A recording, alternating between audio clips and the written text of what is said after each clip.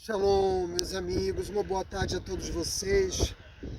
Que toda a beleza que nos cerca nesta tarde me sirva de inspiração para ter êxito em compartilhar com vocês um pouco mais da sabedoria judaica.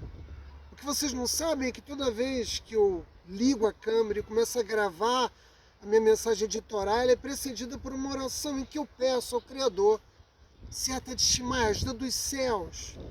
Mas eu quero no dia de hoje fazer isso publicamente. Você naturalmente deve estar estranhando a razão disso. E muito simples. O conteúdo de Torá que eu quero compartilhar com vocês hoje é um conteúdo muito especial. Parashá Shelar Lecha, que é a porção semanal da Torá que vai ser lida no próximo Shabat em toda a diáspora pelo povo judeu, não é uma parashá comum. Oferece sabedoria, né, na minha modesta opinião, muito acima de outras porções semanais da Torá. E por isso eu guardo por essa parashá um cuidado, uma atenção muito mais especial do que eu dou a outras. E vocês vão compreender as razões das minhas palavras. A narrativa da Torá na Parashá Shelar Lecha, bom, em Israel, no próximo Shabat, a gente vai ler Parashá Korah, como vocês sabem, nós temos uma Parashá adiante. A Parashá Shelar Lecha, na sua narrativa, conta, em resumo, quando o nosso povo pressionou Moshe Rabbeinu para que viesse uma expedição à terra de Canaã, uma expedição formada pelos Meraglim, 12 espiões, um de cada tribo, ninguém menos do que os príncipes das tribos de Israel. Para poder entender a grandeza desses homens, basta dizer que um deles era Yeshua Binun, o príncipe da tribo de Judá, o homem que vai substituir Moshe Rabbeinu na liderança do nosso povo. O objetivo dessa expedição, que vai levar 40 dias, é produzir um relatório para preparar o nosso povo para a guerra de conquista, visitar a terra de Canaã, quantas cidades amuralhadas, né, existem, qual é a resistência que o nosso povo vai enfrentar. Deveria ser isso, percorrer a terra de Israel, retornar, produzir um relatório e avançar em direção à terra de Canaã para vencer as 31 nações cananitas. Mas não é o que acontece. O que acontece é que quando os Meraglim retornam ao acampamento de Israel, eles cometem uma calúnia contra a terra de Israel e sobretudo contra o Criador. A terra é uma terra habitada por gigantes, a terra é uma terra que engole as pessoas, eles passaram pelas cidades e viram muitos enterros, eu já vou explicar a razão disso, né? São povos que têm grande poder militar e nós não vamos ser capazes de vencê-los. O que os Meraglim estão dizendo? Que Kadosh Baruch Hu não tem força para derrotar as nações cananitas. Nós acabamos de sair do Egito, destruindo o Egito. O Império Egípcio era muito mais poderoso do que as nações cananitas. Mas os espiões só viram aquilo que eles quiseram ver, de acordo com a sua conveniência. E 10 deles vão morrer. Os 2 que se mantiveram fiéis a Moshe Rabbeinu, se mantiveram fiéis a Kadosh Baruch Hu, foi Yeshua Binun e foi Caleb, apenas esses 2, né?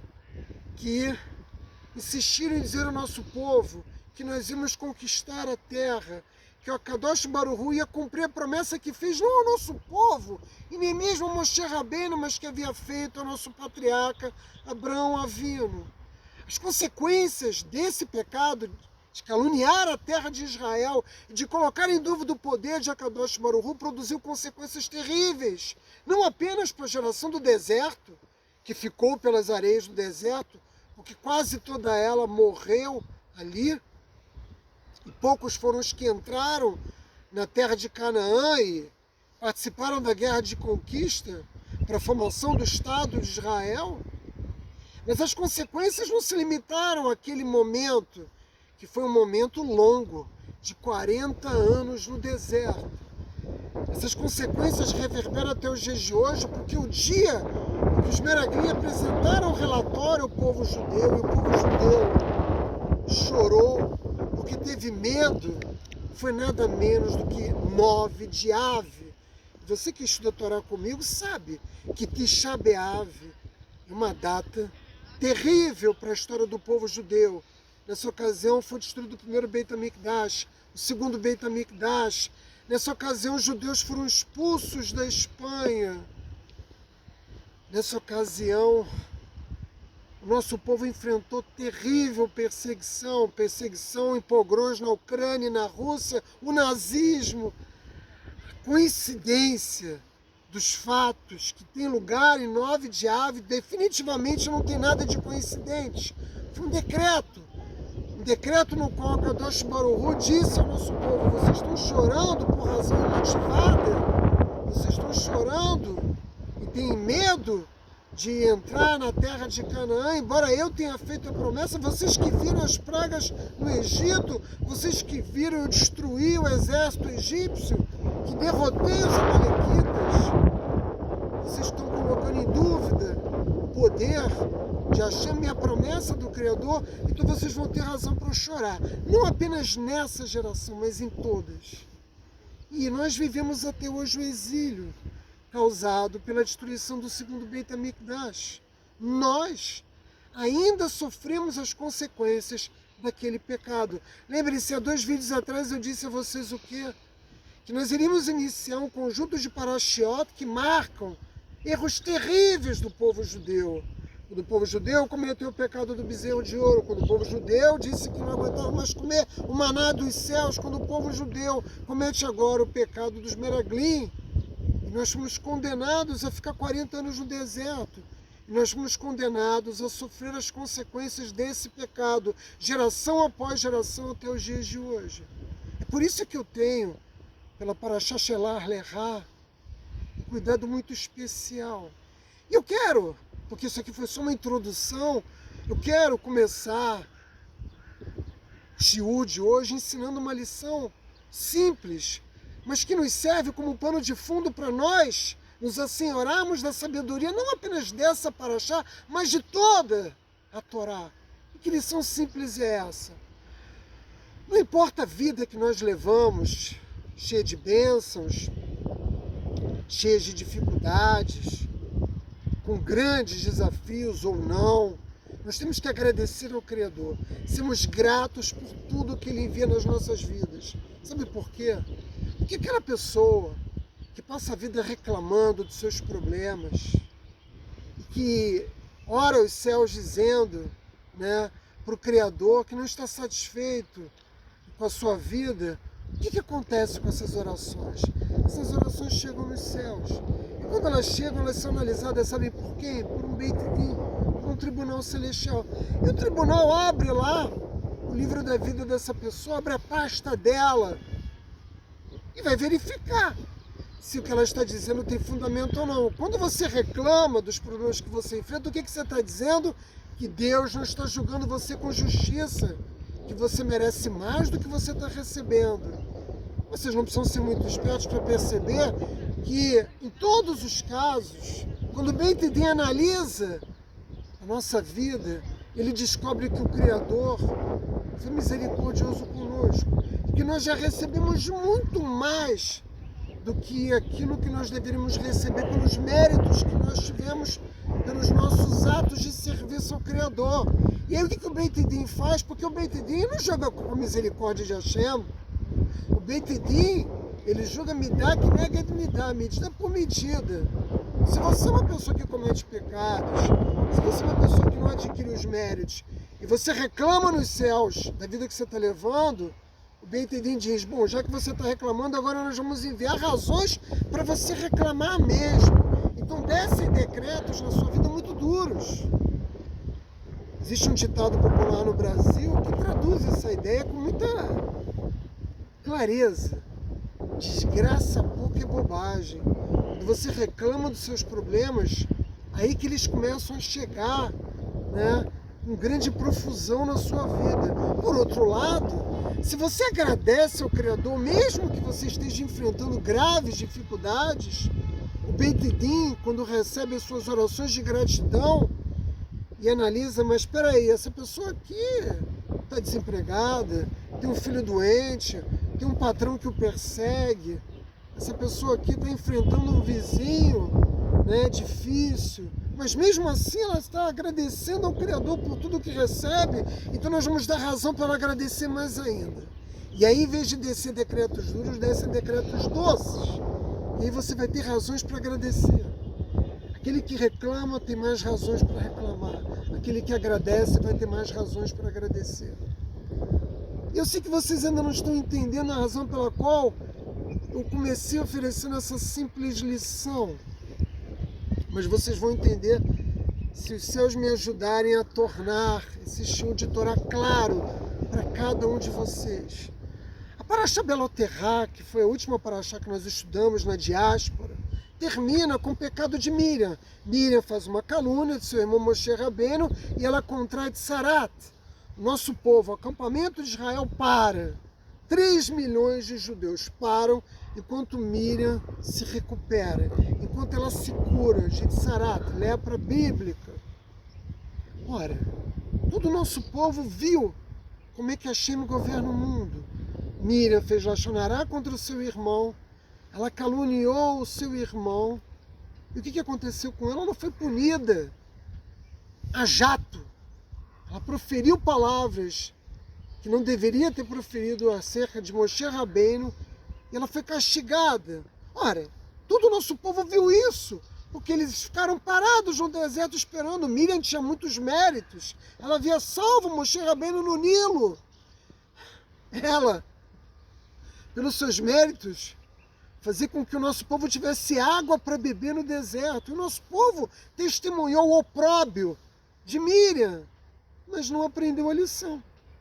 Não aprendeu a lição de que nós não devemos fazer coisas proibidas. Não aprendeu a lição de que quando nós fazemos coisas proibidas, nós somos castigados.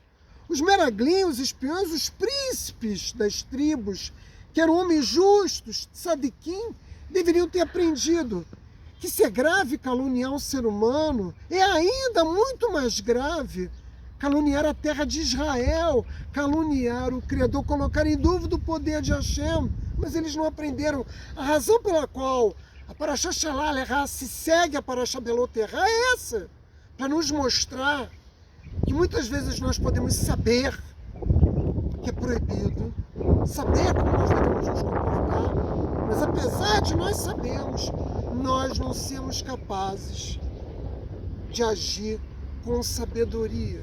Sabedoria, meus amigos, é a capacidade de escolher entre o certo e o errado, entre o bem e o mal, né? Sabedoria é ser capaz, diante dos desafios da vida, de fazer a escolha mais correta.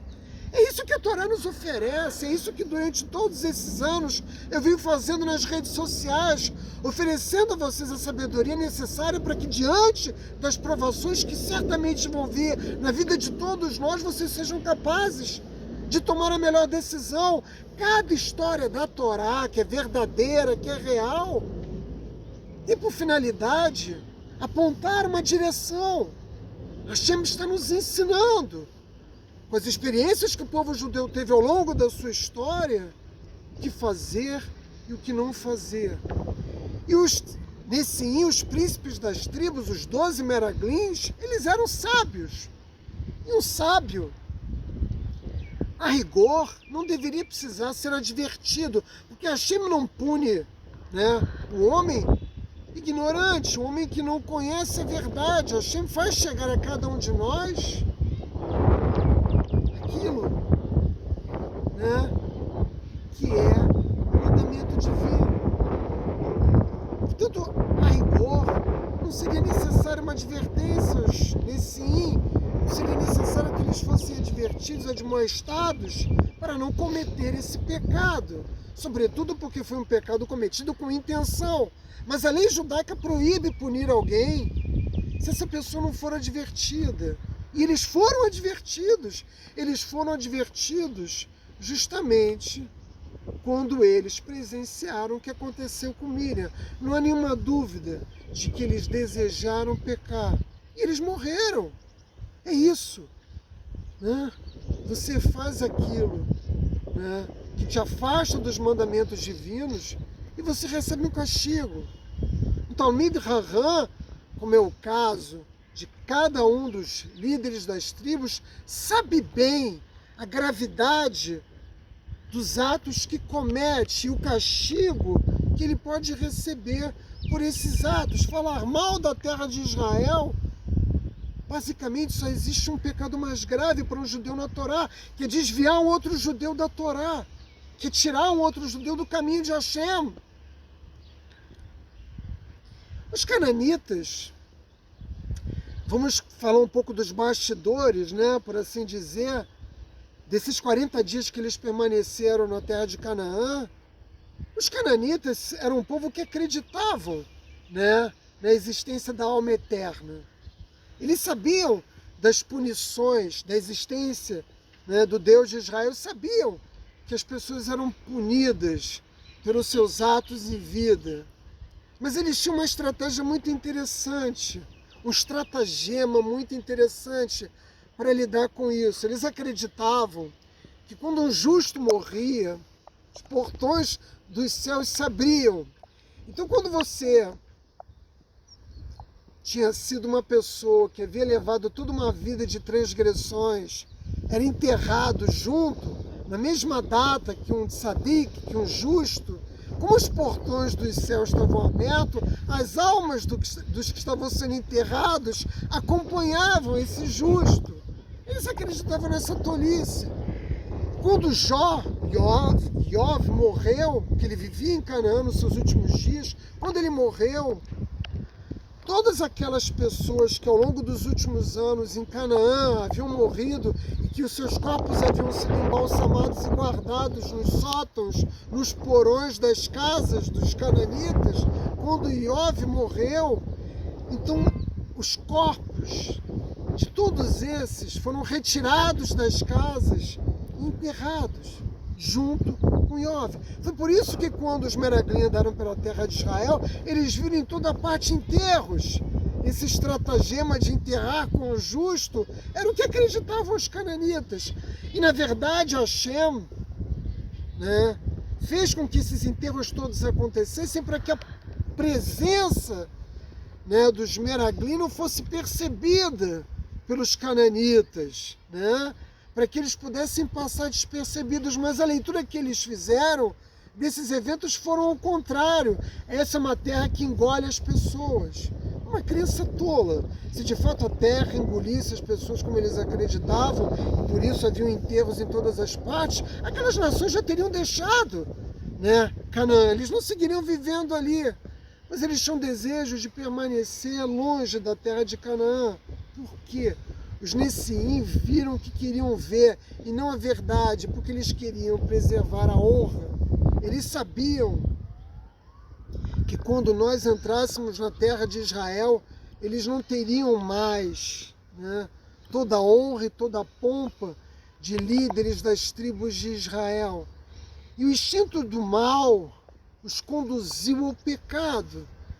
Eles conheciam o pecado, a proibição do pecado, a pena, o castigo imposto pelo pecado, mas o conhecimento não foi suficiente, não bastou a sabedoria para que eles se conduzissem pelo melhor caminho.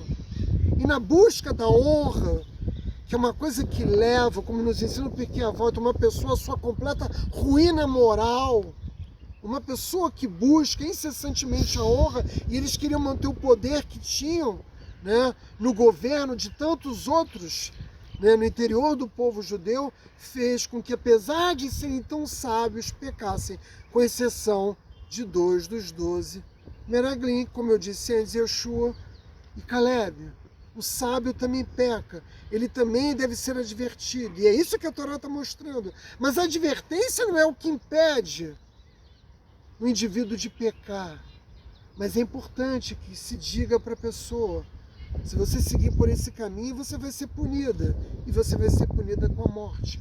E não só eles morreram, mas toda aquela geração pereceu no deserto. A busca pela honra, né, nos rouba literalmente tudo. E como eu disse antes, como o nosso povo chorou e reclamou, e teve medo, e não confiou, e colocou a sua emuná num nível muito baixo, a Kadosh Baruch Hu deu uma razão para que o nosso povo chorasse todas as gerações em Tisha B'Av. Por isso é que eu disse antes, as punições não ficaram apenas naquela geração e não ficaram apenas nos 40 anos no deserto. Nós devemos aprender sempre que a insensata busca por honra pode, quase sempre, nos conduz em direção à ruína.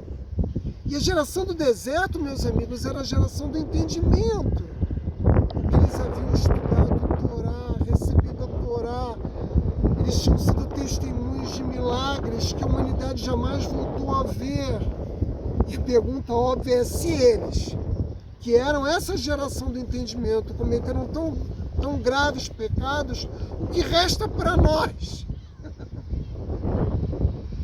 Como nós, que estamos num nível muito mais baixo que eles, somos capazes de enfrentar o instinto do mal.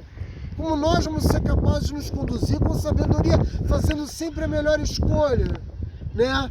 Entre o certo e o errado, fazendo sempre a escolha mais certa, se nós estamos mergulhados em impureza.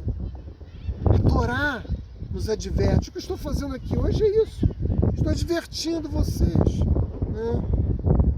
As minhas palavras são nessa direção. A mensagem de cada paraxá é muito simples. Nós necessitamos de mussar, visceralmente. Nós necessitamos da ética da Torá continuamente, dessa sabedoria para nos ajudar a fazer as escolhas. Eu não falo de temas como quem foi a primeira mulher de Adão Rishon, quais são os amuletos, né, que o povo judeu tem para obter bênçãos. Eu não falo como manipular os anjos para conseguir, né, coisas dos céus. Eu não faço dos meus shiurim lições de Kabbalah. Meu propósito aqui nem é oferecer a vocês uma sabedoria que vocês não podem alcançar, pelo menos não, né, como muitos acreditam, seguindo atalhos, né?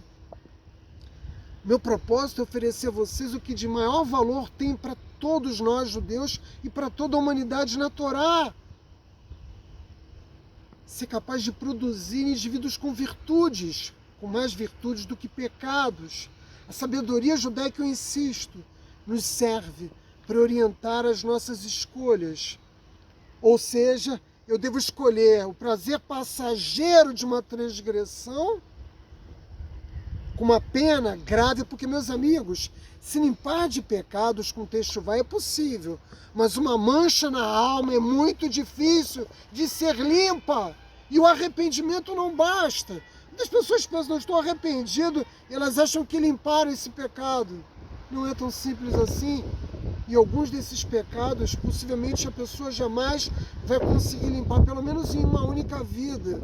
Possivelmente ela terá de reencarnar para seguir com seu arrependimento. E o Mussar, o estudo da ética judaica, nos ajuda, né, a despertar a nossa compreensão para tudo aquilo que é desprezível. Esse é o meu propósito aqui. Esse é o propósito na difusão da sabedoria da Torá, para que no momento da prova, e todos nós somos provados, você despreze os pecados, porque só existe um caminho, né, para não ser influenciado pelo instinto do mal e cometer pecados, é você desprezar os pecados. E a única forma de você desprezar o pecado é adquirindo a ética contida na Torá, a ética judaica, a ética contida na Torá, porque a ética judaica é a ética da Torá. Se você se recorda sempre dos valores contidos na Torá, você não vai cair. Você não vai cair num abismo profundo como caíram os espiões, 10 dos espiões, né, do povo judeu, num episódio que a Parashá Shelach Leirá está contando.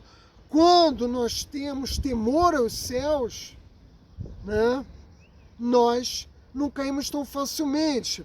O rabino Yohanan Ben Zakkai, de abençoada memória, quando estava para morrer, conferiu uma bênção aos seus discípulos. Os seus discípulos, percebendo que ele ia devolver a sua alma ao Criador, pediram que ele os abençoasse.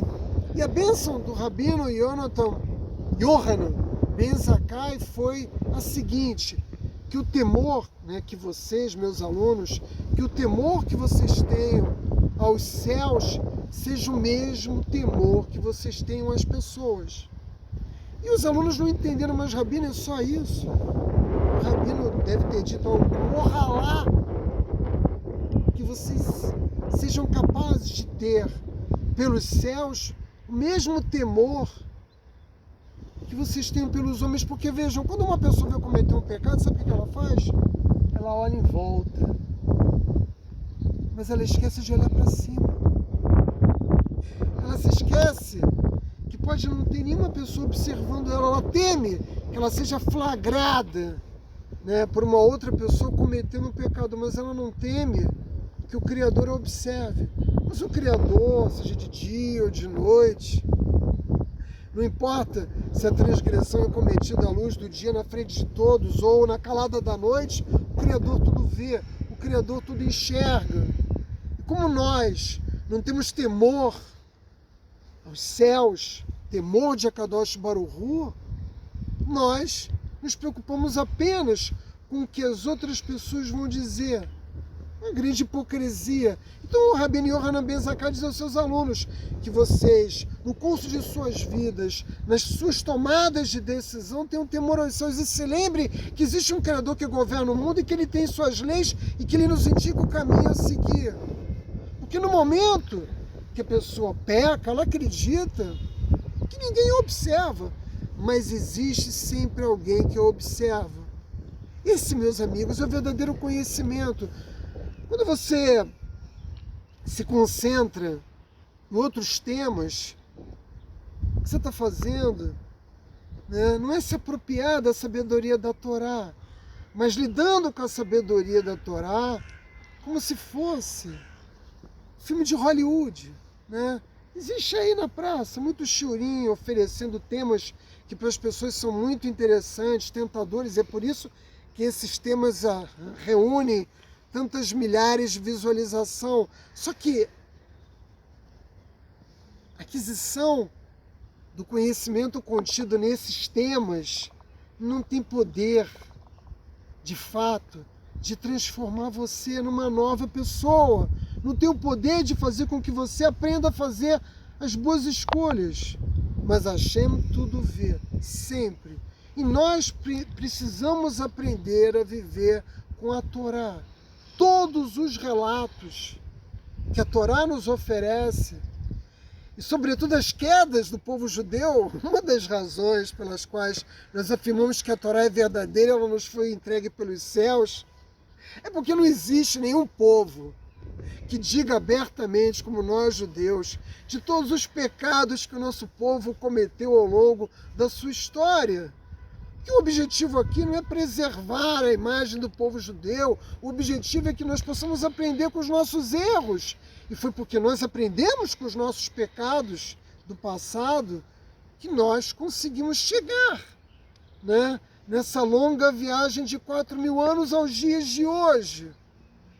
Nós temos que aprender com o pecado de Miriam, temos que aprender com o pecado dos Meraglim.